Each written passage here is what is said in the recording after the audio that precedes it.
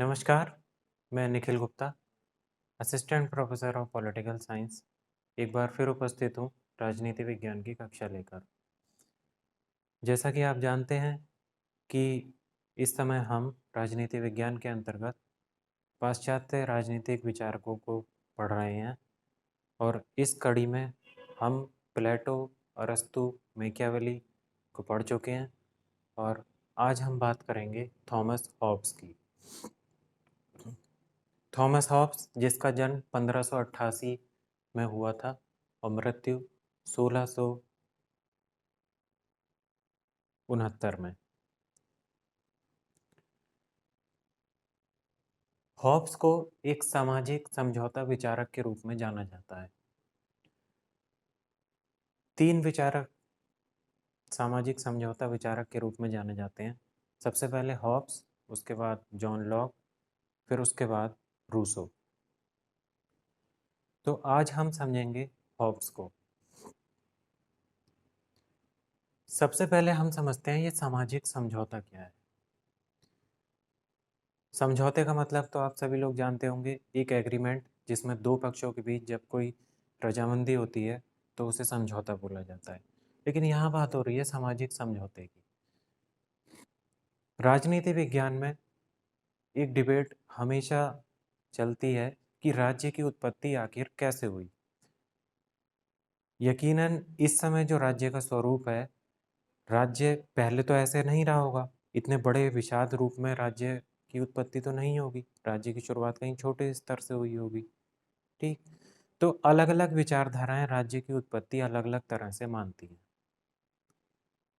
जैसे कुछ लोग जो ऐतिहासिक विकास की विचारधारा है कि राज्य का ऐतिहासिक विकास हुआ, वो ये मान के चलती है कि पहले परिवार हुए, परिवारों से ही कबीले बने, कबीलों से कुछ साम्राज्य बने और फिर वहाँ से राज्य बना। इस तरह से राज्य का धीरे-धीरे ऐतिहासिक विकास हुआ। दूसरी विचारधारा मार्क्सवाद की है। मार्क्सवाद की धारणा ये है कि राज्य का विकास पूंजीपति वर्ग ने अपनी रक्षा के लिए किया। जो गरीब वर्ग है, जिसे वो सर्वहारा वर्ग कहता है, राज्य का विकास उस वर्ग से अमीर वर्ग की रक्षा करने के लिए हुआ, क्योंकि राज्य इसी स्थिति में है बीच में कि कोई क्रांति ना हो, कोई लड़ाई विद्रोह ना हो। तो मार्क्सवादी विचारधारा है ये। इसी तरह से एक विचारधारा है सामाजिक समझौते की विचारधारा, जिसका प्रतिपादन किया था हॉब्स, लॉक और रूसो जैसे विचारकों ने। इन्होंने कहा कि जब मनुष्य प्राकृतिक अवस्था में रह रहा था, प्राचीन अवस्था में रह रहा था, तो उसका जीवन बहुत क्षणिक था, बहुत दुखी था, जंगल राज था हर जगह। तो ऐसी स्थिति में कोई विकास संभव नहीं था। तो इस अवस्था से दुखी होकर मनुष्यों ने एक समझौता किया आपस में, और उस समझौते के परिणाम स्वरूप राज्य की उत्पत्ति हुई। तो ये जो सिद्धांत है, सामाजिक समझौता सिद्धांत, ये मान के चलता है कि राज्य की उत्पत्ति एक समझौते द्वारा हुई और वो समझौता मनुष्यों ने आपस में मिलजुल कर किया। सामाजिक समझौता स्पष्ट हो गया। अब बात करते हैं हॉब्स की। यद्यपि हॉब्स, लॉक और रूसो तीनों सामाजिक समझौते विचारक के ही रूप में प्रसिद्ध हैं, लेकिन जैसे जैसे हम इन तीनों को अगले वीडियोस में पढ़ेंगे, तब आप ये जान पाएंगे कि तीनों ने ही अपनी जो व्याख्या है वो अलग-अलग रूपों में की है। तीनों इस बात पे तो सहमत हैं कि राज्य की उत्पत्ति सामाजिक समझौते से हुई, लेकिन वो समझौता किन परिस्थितियों में हुआ, किन लोगों के बीच हुआ और मानवीय स्वभाव कैसा था उस समय, इन तीनों के बारे में इन तीनों ही विचारकों में मतभेद है। तो सबसे पहले हम समझते हैं कि हॉब्स के क्या विचार हैं। हॉब्स ने मानवीय स्वभाव का वर्णन करते हुए कहा कि सभी मनुष्यों में शक्ति वृद्धि की लालसा शाश्वत रूप से पाई जाती है, और यह इसलिए नहीं होती कि अधिक शक्ति प्राप्त कर लेने पर मनुष्य अधिक सुख अनुभव करता है, बल्कि यह इस भय के कारण होती है कि यदि मनुष्य अधिक शक्ति प्राप्त करने के प्रयत्न नहीं करेगा, तो इस बात की क्या गारंटी है कि जितनी शक्ति उसके पास है वह बनी रहेगी। कहीं ऐसा तो नहीं होगा कि जो वो शक्ति इस समय प्राप्त किए हुए है, कुछ समय बाद वह शक्ति ही नष्ट हो जाए और वह शक्ति शून्य की स्थिति में पहुँच जाए। तो इस कारण एक भय हर मनुष्य के मन में काम करता है और वो भय ही मनुष्य को प्रयत्नशील रखता है इस बात के लिए कि वह शक्ति प्राप्त करें, उसे बनाए रखें और उसमें निरंतर बढ़ोतरी के प्रयत्न करते रहें। ऐसा हॉब्स ने कहा। अब आते हैं हॉब्स की प्राकृतिक अवस्था पर। जिस प्राकृतिक अवस्था में हॉब्स समझौते की बात करता है, उसने उस प्राकृतिक अवस्था का भी कुछ चित्रण किया है और चित्रण करते हुए ये बताया है कि प्राकृतिक अवस्था में जो मनुष्य था, वो नितांत एकांकी, दीनहीन, स्वार्थी, लालची, लोभी था और हमेशा केवल अपने स्वार्थों की इच्छाओं की पूर्ति में लगा रहता था। उस मनुष्य में कोई भी नैतिकता या सदाचार नहीं था और वह बस इच्छाओं से संचालित होता था और जब तक वो जिस चीज़ को अपने पास रख सकता था, तब तक वह उस वस्तु या व्यक्ति को अपने पास रखता था और जहाँ उसकी इच्छाएं पूरी हो जाती थीं, वहीं फिर वो उस स्थिति का या वस्तु का या व्यक्ति का त्याग कर दिया करता था। ये उसने मानवीय स्वभाव की व्याख्या की। अब आते हैं कि उस स्थिति में जो सामाजिक समझौता हुआ, ये जो प्राचीन स्थिति थी, ये सबका सबके विरुद्ध युद्ध की स्थिति थी। तो ऐसी स्थिति में कोई भी संस्कृति, कोई भी संस्कार, कोई भी अर्थव्यवस्था, व्यापार का विकास हो ही नहीं सकता था, है ना? तो इस स्थिति से उभरने के लिए मनुष्यों के बीच एक समझौता होता है और सभी मनुष्य एक जगह पर इकट्ठे होते हैं और वहाँ पर एक व्यक्ति बाकी सभी मनुष्यों से कहता है, एक मूर्ति के समक्ष एक कल्पना की गई है एक मूर्ति की जिसे हॉब्स ने लेवियाथन नाम दिया है, जो उसकी प्रसिद्ध पुस्तक का भी नाम है। आप ये इस समय कल्पना करके चलिए कि एक व्यक्ति है और उसके सामने बाकी समाज के सारे लोग हैं और वहाँ पर एक मूर्ति है जिसे उसने लेवियाथन नाम दिया है। लेवियाथन एक ऐसा जानवर होता है जिसका शीश नहीं होता, धड़ होता है केवल। तो हॉब्स ने उसे लेवियाथन नाम दिया है। हॉब्स की प्रसिद्ध पुस्तक का नाम भी लेवियाथन ही है। तो वहाँ पर सभी व्यक्ति इकट्ठे हुए और वहाँ पर सबने एक शपथ ली।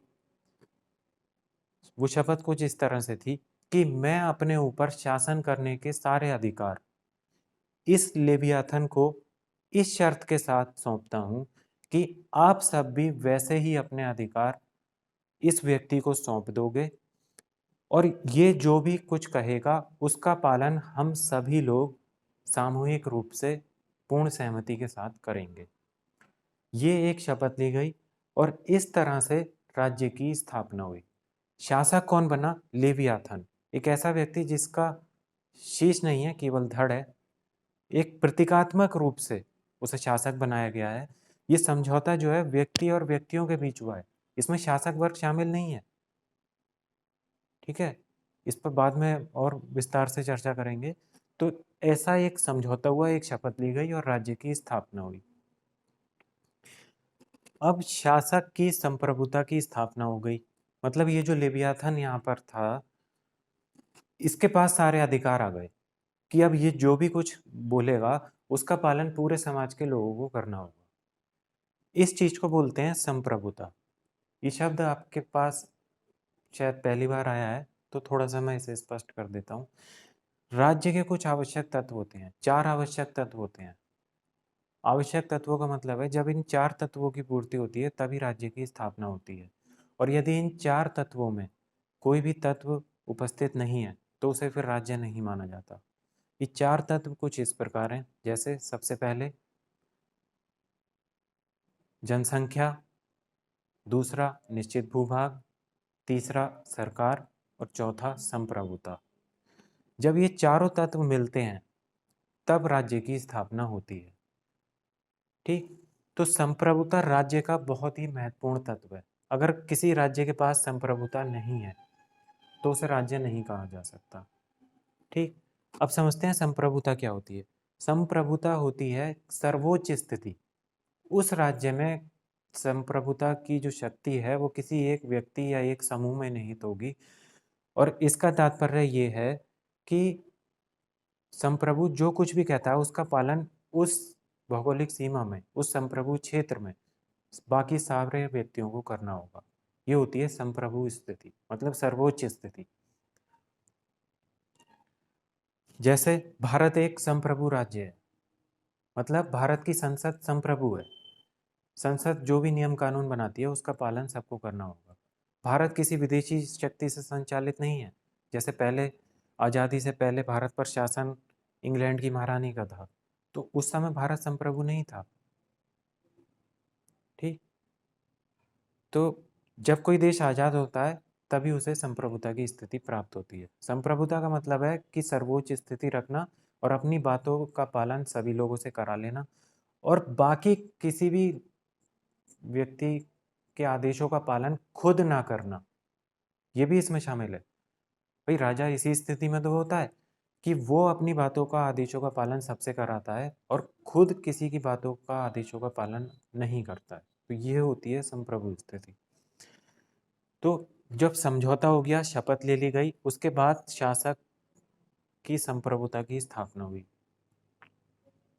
ठीक। अब हॉब्स जिस संप्रभुता का प्रतिपादन करता है, हॉब्स से पहले जीन बोधा ने भी संप्रभुता की बात करी थी, लेकिन जीन बोधा ने संप्रभुता पर कुछ नियंत्रण लगाए थे, जैसे धार्मिक नियंत्रण, ईश्वरीय या प्राकृतिक कानूनों के नियंत्रण, या व्यक्तियों के नियंत्रण। लेकिन हॉब्स की जो संप्रभुता है वो पूरी तरह से असीमित व निरंकुश है। मतलब जो समझौता हो गया और जो लेवियाथन था, इसे अब पूरे समाज पर संप्रभुता की स्थिति प्राप्त हो गई। मतलब अब ये अपने आदेशों का पालन पूरे समाज से कराएगा, पूरे राज्य से कराएगा, लोगों से कराएगा, लेकिन खुद किसी का पालन नहीं करेगा। कोई इसे नियंत्रित नहीं कर सकता। तो इसीलिए ये कहा जाता है कि हॉब्स की जो संप्रभुता है वो निरंकुश है व असीमित है। कभी कभी ये सवाल भी बनता है कि निरंकुश व असीमित संप्रभुता का प्रतिपादक कौन है, तो ये हॉब्स है। ठीक। तो यहाँ तक बात स्पष्ट हो गई। अब आगे चलते हैं। अब इसके बाद हॉब्स व्यक्तिवाद का भी समर्थन करता है। एक तरह से तो उसने एक ऐसे शासक को स्थापित किया है जो पूरी तरह से असीमित है और निरंकुश है, लेकिन जब बात आत्मरक्षा की आती है तो हॉब्स ने व्यक्ति को संप्रभु के आदेशों का उल्लंघन का अधिकार दिया है। मतलब हॉब्स व्यक्तियों को, समझौता करने वाले जितने भी व्यक्ति हैं, उन्हें इस बात की आज़ादी या स्वतंत्रता देता है कि यदि संप्रभु कोई ऐसा आदेश पारित करे जिससे व्यक्तियों की आत्मरक्षा या उनका जीवन ही खतरे में पड़ जाए, तो वो व्यक्ति संप्रभु के आदेशों का उल्लंघन कर सकता है। ठीक। तो इस संबंध में हॉब्स व्यक्तिवादी विचारक भी है। इसी से फिर एक निष्कर्ष और निकलता है कि हॉब्स जो सिद्धांत प्रतिपादित करता है, हॉब्स जो बातें बताता है, उससे राज्य साधन हो जाता है, व्यक्ति साध्य है। अभी पिछले ही वीडियो में हमने मैकियावेली का अध्ययन किया था। मैकियावेली कैसा विचारक है? मैकियावेली ऐसा विचारक है जो राज्य को साध्य मानता है और व्यक्ति को साधन। अब यहाँ पे हॉब्स इसका उल्टा हो गया। हॉब्स कैसा विचारक है? जो राज्य को साधन मानता है और व्यक्ति को साध्य। इसका मतलब ये है कि राज्य का निर्माण एक तो व्यक्तियों ने किया है, जैसा कि अभी बताया गया कि राज्य का निर्माण व्यक्तियों ने किया। और क्यों किया? अपने विकास के लिए, अपनी रक्षा के लिए, है ना। तो ये था हॉब्स का सामाजिक समझौता सिद्धांत। इसे आपने ठीक से समझा होगा। अब आते हैं इसकी आलोचना पर। हॉब्स के इस सिद्धांत की आलोचना कई कारणों से की जाती है, कई तर्कों के आधार पर की जाती है। पहला तर्क है, मनुष्य केवल दुर्गुणों का भंडार नहीं है। जैसा कि हॉब्स ने बताया था कि प्राकृतिक अवस्था में मनुष्य नितांत स्वार्थी, पाशविक, लालची व लोभी था और सबका सबके विरुद्ध संघर्ष था। तो ऐसा नहीं है, मनुष्य में सद्गुण भी होते हैं, उसमें प्रेम की भावना, सहयोग की भावना, दया की भावना, ये भावनाएं भी होती हैं और हर मनुष्य के अंदर होती हैं। कभी वो स्वार्थी हो जाता है तो कभी वह सहयोगी भी होता है। ठीक, तो ये पहली आलोचना होती है हॉब्स की। दूसरी, प्राकृतिक अवस्था में अचानक समझौता अतार्किक। एक तरफ तो हॉब्स ये कह रहा है कि प्राकृतिक अवस्था में सबके विरुद्ध सबका संघर्ष चल रहा था, तो ऐसे में अचानक से एक मनुष्य को ऐसी अद्भुत ज्ञान की या विवेक की प्राप्ति कहाँ से हो गई कि उसने सामाजिक समझौते की बात रख दी। और फिर बाकी लोगों में भी कैसे इतनी सद्बुद्धि आ गई कि उन्होंने सबने मान लिया कि हाँ, ऐसे समझौता कर लेते हैं और सब शांति से रहेंगे। तो दूसरी आलोचना इसके आधार पर होती है। तीसरा, सबका सबसे युद्ध की स्थिति कभी नहीं रही। यदि ऐसा होता तो मानव जाति ही नष्ट हो जाती। हॉब्स ये कहता है कि प्राकृतिक अवस्था में सभी मनुष्य सभी से संघर्ष कर रहे थे। अगर एक पल के लिए ये मान भी लिया जाए कि सभी मनुष्य एक दूसरे को मारने काटने में लगे हुए और जो शक्तिशाली है वो निर्बलों को मारे जा रहा है, ठीक, तो कभी ना कभी एक ऐसी स्थिति आएगी जहां पर कोई बचेगा ही नहीं, है ना। जो शक्तिशाली होगा वो सबको मार के खा जाएगा, सबसे छीन के खा जाएगा, तो कोई एक बचेगा, है ना। लेकिन कुछ समय बाद वह भी खत्म हो जाएगा, तो पूरा समाज ही नष्ट हो जाएगा। लेकिन ऐसा नहीं है, ठीक। तो इस तर्क के आधार पर भी हॉब्स की आलोचना होती है। अगला, समझौते की जो शर्तें हैं वो भी अतार्किक हैं। मतलब हॉब्स ये कहता है कि ये जो समझौता है व्यक्ति व्यक्ति के बीच हुआ है और इसमें शासक कोई है ही नहीं। जिसे वो कहता है कि ये एक लेवियाथन है, जो शीश कटा व्यक्ति है, धड़ है, उसके साथ समझौता हुआ है, अब वो शासन करेगा। तो ये तो अतार्किक बात है, समझौते की शर्तें भी अतार्किक हो गई। अगली आलोचना जो हॉब्स की जाती है वो है संप्रभुता संबंधी धारणा भी संकीर्ण है। मतलब हॉब्स संप्रभुता की स्थापना करता है और उसे पूरी तरह से निरंकुश बना देता है। वो ये कहता है कि अगर संप्रभु जो शासक है वो व्यक्तियों से ये कहे कि अपना जीवन समाप्त कर लो, तो संप्रभु के पास इतनी भी शक्ति है। ये अतार्किक बात है, इस वजह से भी हॉब्स की आलोचना होती है। अगला, राज्य और सरकार में अंतर नहीं। हॉब्स ने जिस समझौता किया है, दो पक्षों के बीच जो समझौता हुआ है और उससे जिस संप्रभु शासक की स्थापना हुई है, हॉब्स उसे ये नहीं बता पा रहा कि उसके माध्यम से, समझौते के माध्यम से राज्य की स्थापना हुई है या सरकार की स्थापना हुई है। वो बस इतना बताता है कि एक समझौता हुआ है और संप्रभुता की स्थापना हुई है। अब राज्य आया या सरकार आई या दोनों का मिला जुला रूप आया, ये हॉब्स नहीं बता पाया, ठीक। तो इन सब तर्कों के आधार पर हॉब्स की आलोचना होती है। अब आते हैं हॉब्स से संबंधित कुछ महत्वपूर्ण तथ्यों पर या वस्तुनिष्ठ प्रश्नों पर जो किसी भी एग्जाम में अक्सर पूछे जाते हैं। हॉब्स की प्रसिद्ध पुस्तक का नाम है लेवियाथन, ठीक। कभी कभी ये भी पूछ लिया जाता है कि लेवियाथन क्या है, तो ये ध्यान रखना है कि लेवियाथन एक शीश कटी मूर्ति है, मतलब जिसका सिर नहीं है, केवल धड़ है। तो ऐसी एक प्रतीकात्मक मूर्ति है, उसे लेवियाथन बोला जाता है। हॉब्स का सामाजिक समझौता व्यक्ति व्यक्ति के बीच हुआ है, शासक इसमें शामिल नहीं है, ठीक। अगला, हॉब्स के अनुसार सर्वश्रेष्ठ शासन का क्या है? राजतंत्र। क्यों? क्योंकि वो निरंकुश और असीमित संप्रभुता की बात करता है। ये तो राजतंत्र में ही होता है, लोकतंत्र में या अन्य जो शासन प्रणालियां हैं उसमें तो ऐसा होता नहीं है, ठीक। अगला है, हॉब्स किस देश का विचारक है? तो वो है इंग्लैंड का विचारक है। और इंग्लैंड का भी कोई छोटा मोटा विचारक नहीं है। अनेक राजनीतिक दार्शनिकों ने यह मत प्रतिपादित किया है कि हॉब्स इंग्लैंड में जितने भी विचारक हुए उन सब में सबसे महान रहा है। ठीक। अगला है, संप्रभुता के सिद्धांत का प्रथम प्रमाणिक व्याख्याता किसे कहा जाता है? तो ये हॉब्स को कहा जाता है। मैं उम्मीद करता हूँ कि आज आप लोग हॉब्स से भली भांति परिचित हो गए होंगे और इससे संबंधित किसी भी विषय पर कोई विचार डाउट नहीं रहा होगा। अगर आप पॉलिटिकल साइंस से रिलेटेड कुछ और वीडियो पाना चाहते हैं तो कृपया मेरे चैनल को सब्सक्राइब करें। मेरे चैनल का नाम है निखिल सर एजुकेशन।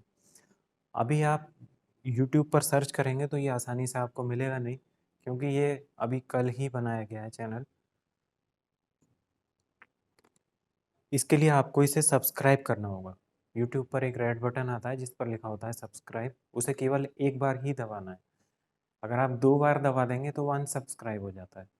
ठीक, तो चैनल को सब्सक्राइब कर लें ताकि अगला जो भी वीडियो आएगा आपको मिल जाएगा।